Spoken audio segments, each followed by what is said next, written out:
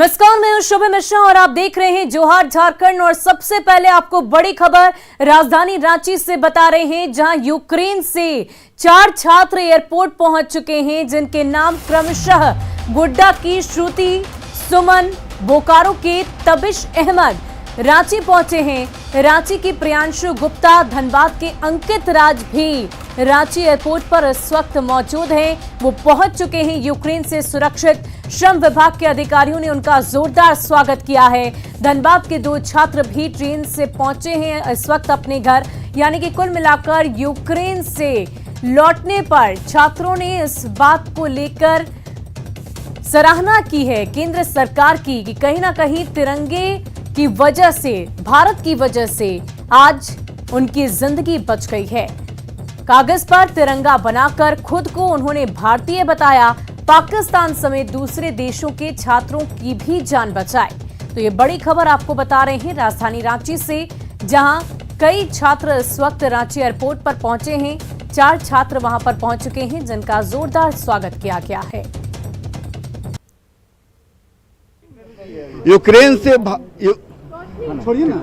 Ukraine से छात्राओं का झारखंड लौटने का सिलसिला जारी है। अभी यहाँ पर रांची एयरपोर्ट पर श्रुति आई हैं, श्रुति से बात करेंगे, साथ में दबिश भी, उनसे बात करेंगे कि श्रुति, जिस तरीके से आप यहाँ पर पहुंची, कितनी परेशानी हुई आपको? परेशानी तो हुई है क्योंकि बहुत दूर से आई हूँ मैं, मतलब डायरेक्ट फ्लाइट करके तो नहीं आई। मुझे पहले दूसरे कंट्री जाना पड़ा था, हंगरी गई, फिर वहाँ से मुझे फ्लाइट मिली यहाँ दिल्ली की। क्या आपने तिरंगा को खुद बनाया था, जो कहा जा रहा है कि तिरंगा खुद बनाया? तिरंगा खुद बनाया था। किस तरीके से बनाया? मैंने उसको मेरे पास पेपर थे और कलर से मैंने यूज करके वो फ्लैग बना लिया। तो तिरंगा बनाने में कहा जा रहा है कि कुछ पाकिस्तानी लोगों को भी आप लाने में मदद की, तिरंगे के तले वो भी चले आए? नहीं, ये सब नहीं है, अफवाह। आपके साथ नहीं हुआ? दबिश, आप बता रहे थे कुछ कि आपने पाकिस्तानियों की मदद की तिरंगे के। वो मेरे दोस्त के साथ थे, वो पाकिस्तानी, वो हम लोग तो रश में थे, गैदर थे, बहुत सारी भीड़ थी। पाकिस्तानियों के बारे में तो ज्यादा पता नहीं उनके बारे में, लेकिन हम लोग रश में थे, इस वजह से नहीं पता चला हम लोगों को कि पाकिस्तानी रश में गए कि नहीं। जी, आपने मदद की उन लोगों की? जी, बिल्कुल मदद तो, और इंडियंस थे उन्होंने मदद की। किस बॉर्डर से आप आए? जी, मैं रोमानिया बॉर्डर से आया हूँ, यूक्रेन रोमानियन बॉर्डर से आया हूँ। बिल्कुल। यहाँ पर देखिए एक और छात्रा यहाँ यूक्रेन से पहुंची, हम उनसे बात करेंगे कि आप किस बॉर्डर से आई? आप रोमानिया बॉर्डर से। रोमानिया बॉर्डर जी, रोमानिया बॉर्डर से आई। क्या आपको इंडियन एम्बेसी से किस तरह की मदद मिली? बॉर्डर में तो फिलहाल कोई हेल्प नहीं है इंडियंस के लिए, बहुत बुरा हाल है वहाँ पर। और 2 दिन से स्नोफॉल हो रहे हैं और हमारे बहुत सारे दोस्त थे जो वहाँ पर अटके हुए हैं। सो आई जस्ट होप कि सबको निकाला जाए वहाँ से, ताकि लोग अंदर जा सके। प्रियांशु, एक बात जो सामने आ रही है कि तिरंगा बहुत मदद कर रहा है यूक्रेन में। हाँ, क्योंकि वो हम रशिया से ऑर्डर मिला था कि अगर आप इंडियंस हो और आपको बॉर्डर क्रॉस करनी है तो आपको व्हीकल में आपके फ्लैग को लगाना पड़ेगा, ताकि पता चल जाए कि इंडियंस है इसमें। तो आपने फ्लैग कैसे बनाया? क्रेयॉन से हमने ड्रॉ कर लिया था फ्लैग्स और हमने चिपका लिया था बसेस के हर साइड में। तो ये भी बात आ रही है कि आपने कई पाकिस्तानी लोगों की मदद की, छात्र वहाँ थे जो कि सबकी मदद की है। वहाँ पर नाइजीरियंस थे, इजिप्ट के बच्चे थे, सब एक दूसरे की हेल्प कर रहे थे। तिरंगे ने सभी लोगों की मदद की? बिल्कुल, बाकी कंट्रीज भी तिरंगा लगा के ही निकल रही थी वहाँ से। हाँ। अच्छा, आप किस बॉर्डर से आए? रोमानिया बॉर्डर से। अच्छा, कहा जा रहा है कि वहाँ मारपीट भी बॉर्डर पर की गई थी, ऐसा कुछ है? जी, हम वहीं पर थे और बहुत मारपीट हुआ था, फायरिंग भी हुआ था वहाँ पर, और एम्बेसी वाली खुद आई थी हमें निकालने के लिए। बट वही है कि वहाँ पर कोई सिस्टम नहीं था, बच्चे 2-3 दिन से वहाँ पर थे। जिस कॉलेज में आप पढ़ती हैं, अभी कितने दिन के लिए बंद होने की सूचना आपको दी गई है? हमारा तो फिलहाल 12 मार्च तक बंद है। 12 मार्च। तो लगातार यूक्रेन से झारखंड जो छात्र लौट रहे हैं, अपने अपने घरों को जा रहे हैं, जो रांची आ रहे हैं, फ्लाइट से आ रहे हैं, और बाकायदा कहानी को बयां कर रहे हैं कि किस तरह उन्होंने यूक्रेन के रोमानिया बॉर्डर पर, पोलैंड बॉर्डर पर परेशानी का सामना किया, लेकिन ये भी बताया कि तिरंगा किस तरह, ये कह सकते हैं कि हाथ बन के उनके सर पर वहां खड़ा था। तिरंगा ये बता रहा था कि हम आपके साथ हैं, कहीं आपको घबराने की जरूरत नहीं है। तिरंगे की कहानी ये भी है कि तिरंगे ने पाकिस्तानियों की भी मदद की, दूसरे देशों के छात्रों की भी मदद की। कैमरामैन सर के साथ संजय कुमार सिन्हा, न्यूज़ 18 रांची। और बड़ी खबर आपको गोड्डा से बता रहे हैं, जहां महागामा में भीषण आग में 3 घर जलकर राख हो गए। महादेव बथान में 3 घर आग में जलकर खाक हो गए। बताया ये जा रहा है कि एक मिक्सचर की गाड़ी बिजली की तार में सट गई। इसके बाद बिजली के 2 तार टकराकर घर पर गिर गए। इसके बाद तीनों घर जलकर राख हो गए। आप तस्वीरों के माध्यम से देख सकते हैं किस तरह से घर धू कर जल रहा है। आग लगने से 2.5 लाख यानी कि 2.5 लाख से ऊपर का नुकसान हुआ है। घर में रखा अनाज समेत सारा सामान जलकर राख हो गया है। ग्रामीणों ने आग बुझाने का प्रयास किया, लेकिन वो इसमें असफल साबित हुए। आग मिक्सर मशीन जो प्लांट यहाँ लगा हुआ है, रोड बना रहा है, नहर बना रहा है, मसाला बना के ढो रहा है प्लांट से, तो उसने रोड को कंपनी ने 2 फीट ऊंचा कर दिया। अब रोड में गाड़ी जो चल रही है उससे तार में कहीं कहीं टकरा रहा है, तो मिक्सर मशीन से टकराज हो गया तार में, तार उसी में आग लग गया। चिंगारी मारा, तार टूटा, घर पर गिरा, आग लग गया। कितना घर जला है? 3 घर जल के राख हो गया। राख हो गया। सामान भी जला है घर का? पूरे सामान उसका जल गया, चारों बल से आग पकड़ लिया आदमी। वहीं धनबाद में बाइक चोर गिरोह के गैंगस्टर अमन सिंह के लिए काम करने का खुलासा हुआ है। गिरोह आपराधिक घटनाओं को लेकर बाइक मुहैया कराता था। पुलिस ने 11 चोरी की बाइक के साथ 5 अपराधियों को गिरफ्तार किया है। बाइक चोरों को गिरिडीह, बोकारो और धनबाद में छापेमारी कर गिरफ्तार किया गया है। इसके साथ ही बाइक गिरोह का संपर्क अन्य राज्यों से भी है। गिरोह अन्य राज्यों में भी सक्रिय है। बाइक चोर गिरोह का संपर्क अमन सिंह गिरोह से भी है और इसके सबूत पुलिस को मिल रहे हैं। अमन सिंह गिरोह जब कभी किसी आपराधिक वारदात को अंजाम देने की योजना बनाता था तो चोरी की बाइक इसी गिरोह के द्वारा मुहैया कराई जाती थी। ये खुलासा एक बेहद चौंकाने वाला है। जो पूरा गैंग है, गैंग के कुछ लोगों को जब प्रॉपरली पीछा किया गया तो एसडीपीओ कतरास भागमारा के नेतृत्व में जो टीम बनी थी उसने कुल 11 बाइक्स को रिकवर किया है। कुल 5 अपराधकर्मी पकड़े गए हैं। इसमें एक और इम्पॉर्टेंट चीज़ ये पता चला है कि ये जो बाइक की चोरी करते थे इसमें कुछ लोगों का जो संपर्क है वो ऑर्गेनाइज गैंग्स, विशेषकर अमन गैंग के कुछ मेंबर्स से था। जब भी वो अपराध कार्य करने की योजना बनाते थे तो इन लोगों के द्वारा बाइक प्रोवाइड किया जाता। और झारखंड में धर्मांतरण का खेल बदस्तूर जारी है। पाकुड़ के रामाकुड़ा गांव में खुलेआम ईसाई धर्म अपनाने का दबाव बनाया जा रहा है। धर्म परिवर्तन नहीं करने पर गांव से बेदखल करने की चेतावनी दी जा रही है। ये रिपोर्ट देखिए। पाकुड़ में धर्मांतरण का नंगा खेल, पूजा स्थल की जबरन घेराबंदी, मिशनरीज की करतूत पर कब लगेगी रोक? कड़े कानून के बाद भी झारखंड में धर्मांतरण का काला साया हटने का नाम नहीं ले रहा है। पाकुड़ के हिरणपुर प्रखंड के रामाकुड़ा गांव में लोगों पर ईसाई धर्म अपनाने का दबाव दिया जा रहा है। इतना ही नहीं, धर्म परिवर्तन नहीं करने पर जबरन खेत कब्जा के साथ ही गांव से बेदखल करने की भी चेतावनी दी जा रही है। लोगों का आरोप है कि सरनाथ धर्म के पूजा स्थल मांझी थाना के ईसाई लोगों ने बलपूर्वक घेराबंदी कर दी है और उन्हें पूजा से वंचित किया जा रहा है। इसकी शिकायत उच्च अधिकारियों तक की गई, लेकिन अब तक कोई कार्रवाई नहीं हुई। जो हम लोग रूढ़ीवादी है, जो मेरा पिताजी दाद आदम से हम लोग आते आ रहे हैं प्रधान में, हम प्रधान भी हैं, हम इस मस्जिद में पूजा करेंगे। जबरदस्ती लोग पूजा ना करने की वजह से लोग घेर लिया है मेरे पाजी तन को। हमारा जो आदिवासियों का, जो यहाँ के संथाल आदिवासियों का जो मांझी थान व्यवस्था है, जो मांझी थान एक पूजा स्थल है, उस पूजा को जो है ईसाई बने लोग बाउंड्री करवा देते हैं और हमारे लोगों को पूजा करने के लिए 3 महीना तक रोकते हैं सर। और उसके बाद पूजा करने से रोकने के बाद बोलते हैं ईसाई बन जाओ। ये मामला है सर। और इसको लेकर के हम लोगों ने और हमारे लोगों ने जो है उपायुक्त से लेकर के थाना प्रभारी तक को बार ज्ञापन दिया, FIR तक, इसका सारा चीज़ हम लोगों के पास एविडेंस है सर, फिर भी कार्रवाई नहीं हो रहा है। वहीं रामाकुड़ा के मुखिया ने धर्मांतरण पर जारी विवाद से इनकार किया है। उन्होंने कहा कि ये केवल प्रधानी से जुड़ा विवाद है और इसे जबरन मुद्दा बनाया जा रहा है।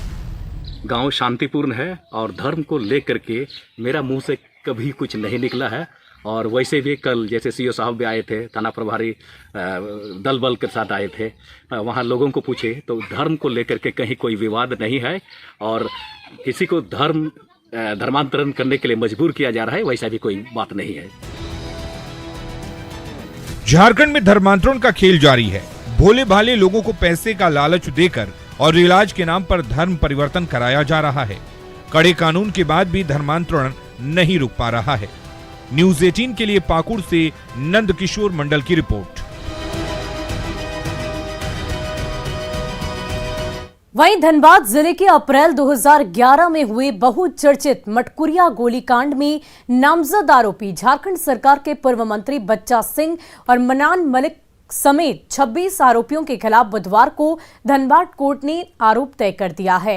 एमपी एमएलए के मुकदमों की सुनवाई के लिए गठित विशेष अदालत के न्यायाधीश अखिलेश कुमार तिवारी ने सभी आरोपियों के खिलाफ पुलिस बल को टारगेट कर उस पर हमला करने, हत्या का षड्यंत्र, आर्म एक्ट, सरकारी काम में बाधा, लोक परिसंपत्ति का नुकसान समेत अन्य धाराओं के तहत आरोप गठित किया गया है। बता दें कि 27 अप्रैल 2011 को बैंक मोड़ स्थित मटकुरिया में बीसीसीएल के आवासों को अतिक्रमण से मुक्त कराने के दौरान पुलिस बल के साथ आंदोलनकारियों की हिंसक झड़प में 4 लोगों की जान चली गई थी,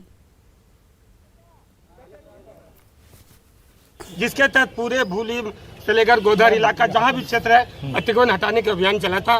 कांग्रेस के साथी मनान मलिक साहब, नवनीत नीरज जी हो, बच्चा हो, हम सभी लोग उसमें सम्मानित तरीके से लोकतांत्रिक तरीके से धरना प्रदर्शन कर रहे थे ताकि अतिक्रमण को रोका जाए। और हजारों हजार की संख्या में भाजपा के मुख्यमंत्री अर्जुन मुंडा उन दिनों थे और हजारों हजार की संख्या में पुलिस बल के द्वारा हम लोगों पर, हमारे लोगों पर, क्वार्टर जिन लोगों पर गोली चलाया, सैकड़ों राउंड गोली चला गया, जिसके चलते विकास सिंह नाम के व्यक्ति की हत्या हो गई और लोगों के भी चोट लगी।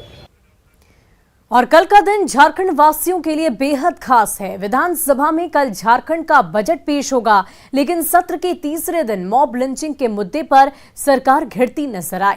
साथ ही रांची नगर निगम क्षेत्र के 2000 से ज्यादा मकानों और दुकानों को नोटिस देने का मामला भी उठा। वहीं सदन से 2698 करोड़ का तृतीय अनुपूरक बजट भी पास हो गया। विधानसभा में कल झारखंड का बजट पेश होगा, लेकिन इससे एक दिन पहले सरकार ने सदन से 2698 करोड़ का तृतीय अनुपूरक बजट पास कराया। ऐसे में बीजेपी ने अनुपूरक बजट पर सवाल उठाया है।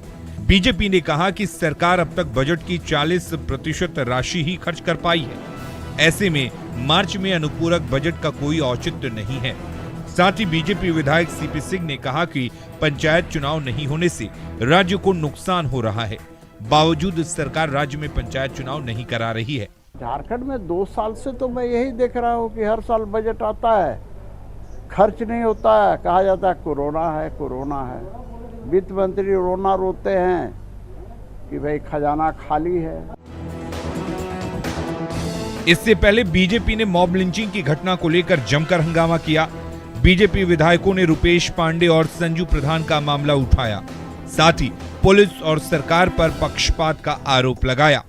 संजू प्रधान की जिस तरह से जिंदा जलाकर हत्या की गई, मॉब लिंचिंग की गई, पिछले दिनों एक 17 वर्षीय नौजवान रुपेश पांडे की हत्या बरही में हुई, मॉब लिंचिंग के माध्यम से पीट कर मार दिया गया और अपराधियों को सरकार ने अपना संरक्षण दिया हुआ है। सदन में कांग्रेस विधायक दीपिका पांडे ने पुरानी पेंशन का मुद्दा उठाया। साथ ही राज्य में पुरानी पेंशन योजना को लागू करने की मांग की। झारखंड में करीब 2 लाख सरकारी कर्मचारी जो हैं, उनमें से 1.25 लाख लोगों ने 2004 के बाद ज्वाइनिंग की है। मतलब उनके ऊपर नया पेंशन जो है वो लागू होता है। वहीं रांची नगर निगम क्षेत्र के 2000 से ज्यादा मकान और दुकान को नोटिस देने पर सदन में सरकार घिरती नजर आई। प्रदीप यादव ने 2016 से पहले बने मकान और दुकान के मामले में बिल्डिंग बायलॉज लागू करने पर आपत्ति जताई कि भाई मकान बनाने वाले किसी एंगल से दोषी नहीं है, क्योंकि उन्हें पता नहीं था कि भविष्य में सरकार किस प्रकार का कानून लाएगी और एक भया दोहन हो रहा है उस माध्यम से, अफसरों के, अधिकारियों के माध्यम से। हमने कहा कि तत्काल जब तक उसकी समीक्षा नहीं हो जाती है, जो सरकार के अधीन नियमितीकरण का विचाराधीन है, तत्काल उस कार्रवाई को, उस नोटिस को सरकार वापस ले। सदन में जमीन के मेडगेज के आधार पर ST/SC को लोन देने का मामला भी उठा, जिस पर मुख्यमंत्री हेमंत सोरेन ने कहा कि इस मुद्दे पर सरकार गंभीर है। इसी सत्र में सरकार अपनी रिपोर्ट रखेगी। वहीं बीजेपी विधायक अनंत ओझा ने खास महल की जमीन को फ्री होल्ड करने का मामला उठाया। हमने आपके माध्यम से जो साहेबगंज खास महल के फ्री होल्ड करने का बारे में 2 महोदय आपके माध्यम से आग्रह है। एक तो जो हमने शर्त रखा था कि जो शर्तें फ्री होल्ड करने के लिए रखी गई थी, उसमें 2 बातें थी। एक तो प्रक्रिया का सरलीकृत करना और दूसरा था महोदय उसकी राशि जो 15% और 30% किया गया है उसकी राशि को कम करना। महोदय इसके बारे में साफ साफ लिखा गया है कि अतः पुनः लीज भूमि को फ्री होल्ड करने हेतु दर में संशोधन की आवश्यकता नहीं है महोदय। तो हमने पहले भी सदन में कहा है ये सिर्फ राजमहल साहिबगंज की ही बात नहीं है बल्कि पूरे राज्य में खास महल का विषय है और वो लोग भी काफी आशंकित रहते हैं इस विषय को लेकर अध्यक्ष महोदय। तो इसमें आवासीय प्रतिष्ठानों को कैसे फ्री होल्ड किया जाएगा, व्यवसायिक प्रतिष्ठानों को कैसे फ्री होल्ड किया जाएगा, हमारी भी इस पर नजर है अध्यक्ष महोदय। और अभी आवेदन समर्पित करने की तिथि भी अभी अध्यक्ष महोदय 9वें महीने तक है। 25 मार्च तक बजट सत्र चलेगा। वहीं कल सदन में झारखंड का बजट पेश किया जाएगा, लेकिन विपक्ष के सवालों से सदन में सरकार घिरती नजर आ रही है। रांची से न्यूज़ 18 के लिए अविनाश और निरंजन की रिपोर्ट।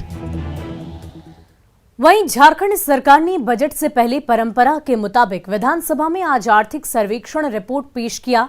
वित्त मंत्री रामेश्वर उरांव ने इसे सदन के पटल पर रखा। सर्वेक्षण रिपोर्ट के जरिए वित्तीय वर्ष के अंदर होने वाले आर्थिक स्थिति में बदलाव की जानकारी दी गई है। इसमें मुख्य रूप से आर्थिक विकास की दर और सकल घरेलू उत्पाद की वृद्धि की जानकारी शामिल है।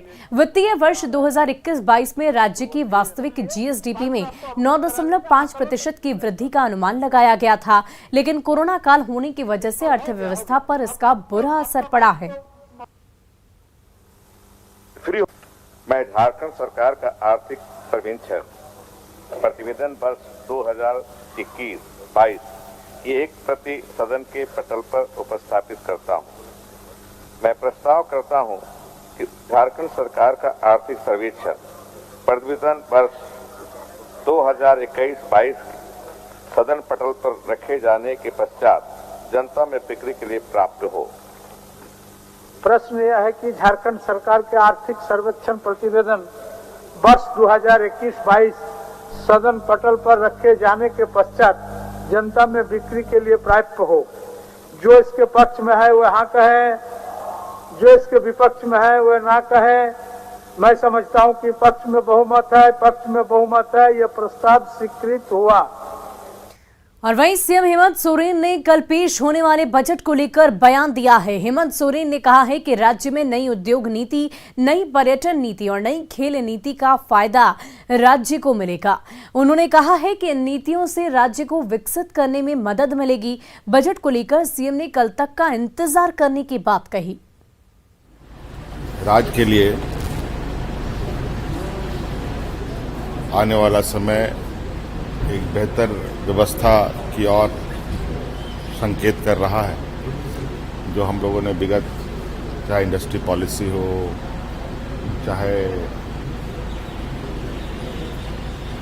स्पोर्ट्स हो, चाहे टूरिज्म पॉलिसी हो, चाहे अन्य पॉलिसीज हम लोगों ने जिस तरीके से लाया है, बनाया है, कई लोगों ने सराहा है और इससे आने वाला समय में राज्य को आगे विकसित करने में एक अहम भूमिका होगी। कल बजट क्या उम्मीद करे जनता उम्मीद है बहुत। अब तो कल देखेंगे। और फिलहाल के लिए इस बुलेटिन में इतना ही। आप बने रहे न्यूज़ 18 बिहार झारखंड के साथ।